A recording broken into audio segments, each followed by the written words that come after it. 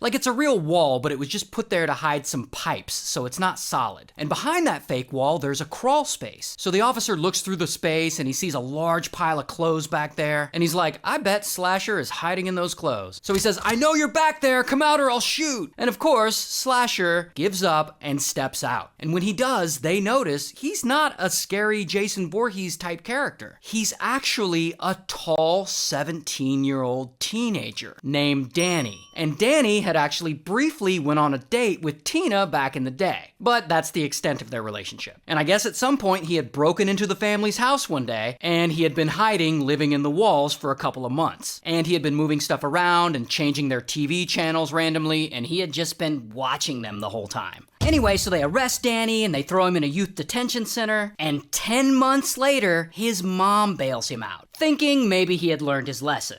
Spoiler alert, he didn't, because once Danny's out, he immediately starts breaking into neighbors' houses again and stealing things. And one day, he goes to rob a house, and it's his second time robbing it, but this time, he actually brings a pew-pew that he had stolen. And once he's inside, he starts pocketing things here and there, but then he hears some keys trying to open the front door. So he freezes. Now usually he would take this as his cue to leave, but this time he hears a woman's voice. And it's a pregnant mom and her 5-year-old son coming home. And so suddenly, boom, Danny rushes out at them with his pew-pew, and he takes them both and he forces them into the bedroom. And he locks the kid in the closet, and then he ties the mom to the bed, and he essays her, and then he unalives her.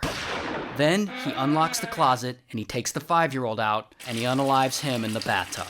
And as Danny's leaving the house, in walks a 7-year-old daughter. And then he takes her and he unalives her in a bathtub too.